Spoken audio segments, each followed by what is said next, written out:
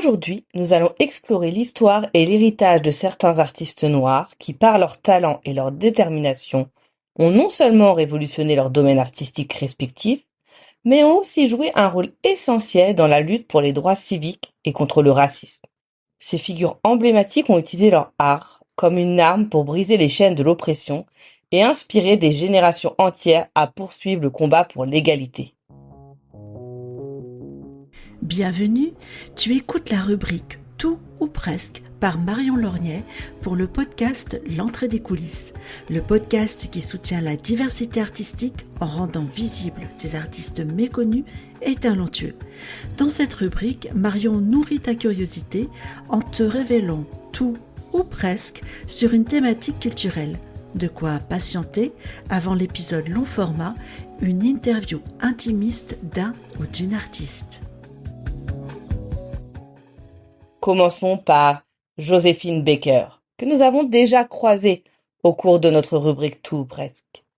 Cette icône de la scène musicale et théâtrale du XXe siècle est née en 1906 aux États-Unis. Elle quitte son pays natal pour la France, en quête de liberté et d'opportunités. À Paris, elle devient rapidement une star du music-hall, grâce à son talent unique de danseuse et de chanteuse. Mais Baker n'est pas simplement une artiste, elle est aussi une militante.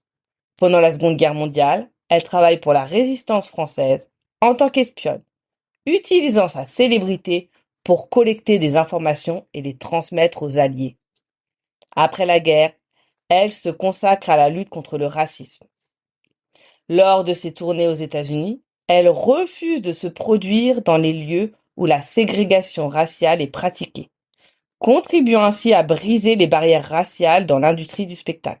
En 1963, elle participe à la marche sur Washington aux côtés de Martin Luther King, montrant une fois de plus son engagement pour les droits civiques.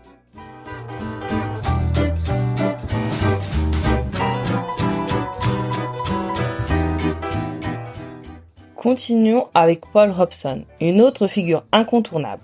Acteur, chanteur et activiste politique, Paul est l'un des artistes noirs les plus influents du XXe siècle. Sa voix profonde de baryton l'a rendu célèbre dans le monde entier, notamment grâce à son interprétation de la chanson All Men River dans une comédie musicale, Showboat. Mais au-delà de ses talents artistiques, Robeson était un militant infatigable pour les droits des Afro-Américains et des peuples opprimés à travers le monde. Il dénonçait le racisme aux États-Unis, notamment à travers ses discours, ses écrits et ses prises de position politiques.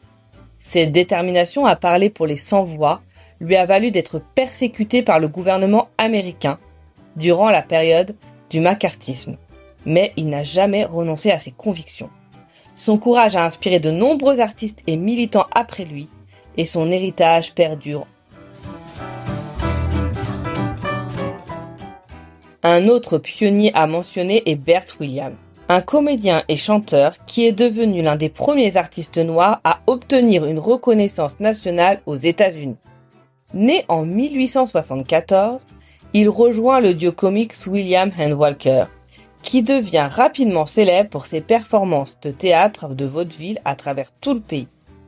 Malgré les discriminations qu'il a subies, Bert Williams a réussi à s'imposer dans un milieu où les artistes noirs étaient souvent cantonnés à des rôles stéréotypés et dégradants. Il est devenu le premier Afro-Américain à jouer dans un rôle principal, dans une production à Broadway. Williams a utilisé son art pour humaniser les Afro-Américains aux yeux du public, majoritairement blanc, contribuant ainsi à changer les perceptions et à ouvrir la voie pour les artistes noirs à Broadway et au-delà.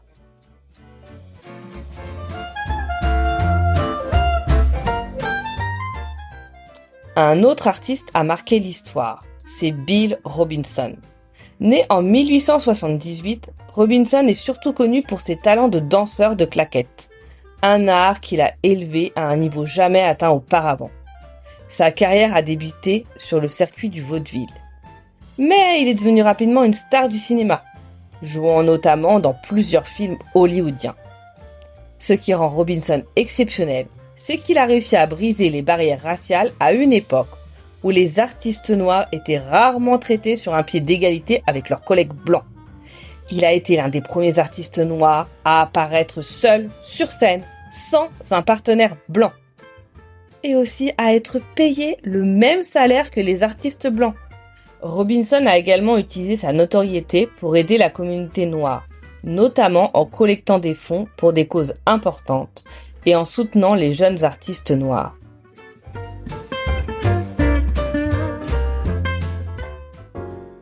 Nous ne pouvons pas conclure cet épisode sans parler des deux protagonistes suivants.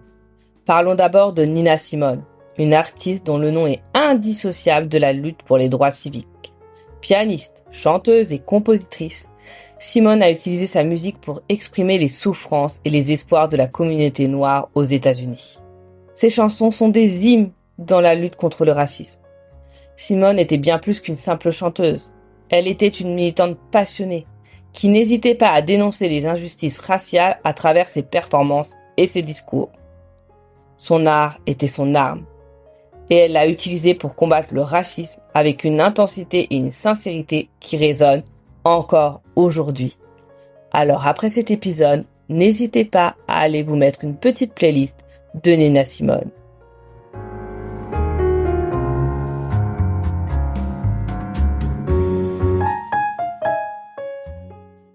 Passons maintenant à la dernière figure emblématique de cet épisode.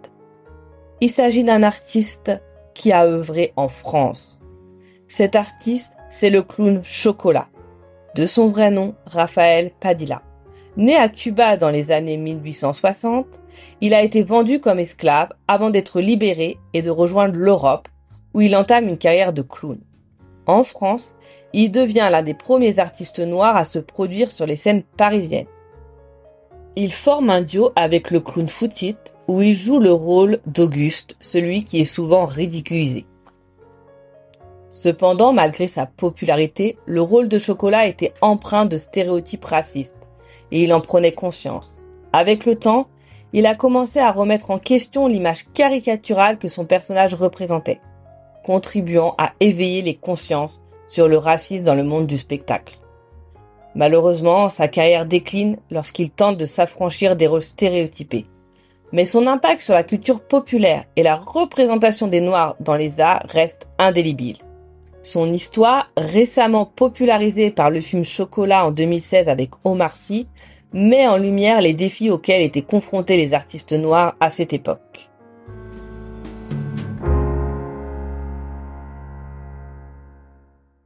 Ah, un dernier artiste cependant, dans le monde de l'art de la peinture. Jean-Michel Basquiat, un peintre qui a marqué l'histoire de l'art contemporain.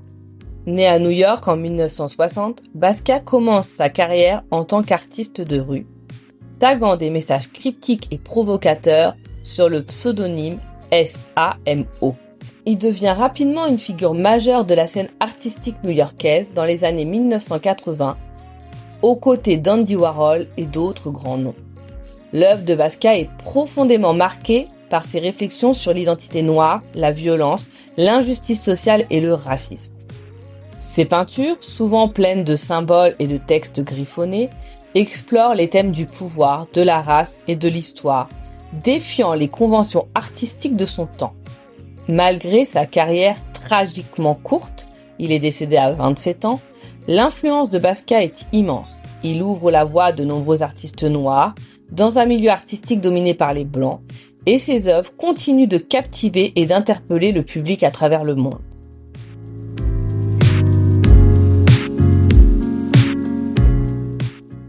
Ces artistes, Joséphine Baker, Bert Williams, Bill Robinson, Nina Simone, le clown Chocolat, Basquiat, ne sont que des exemples parmi tant d'autres de figures noires qui utilisent leur talent pour faire avancer la cause des droits civiques et combattre le racisme.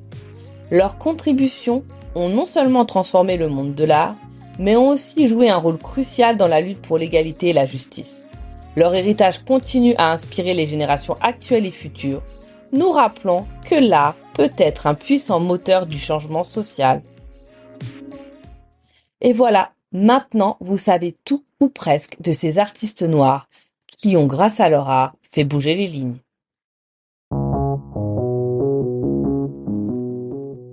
Tu as aimé cet épisode? Eh bien, retrouve-nous, Marion et moi, sur le compte Instagram de l'entrée des coulisses. Nous pourrons papoter ensemble sur le contenu de cette rubrique et plus encore.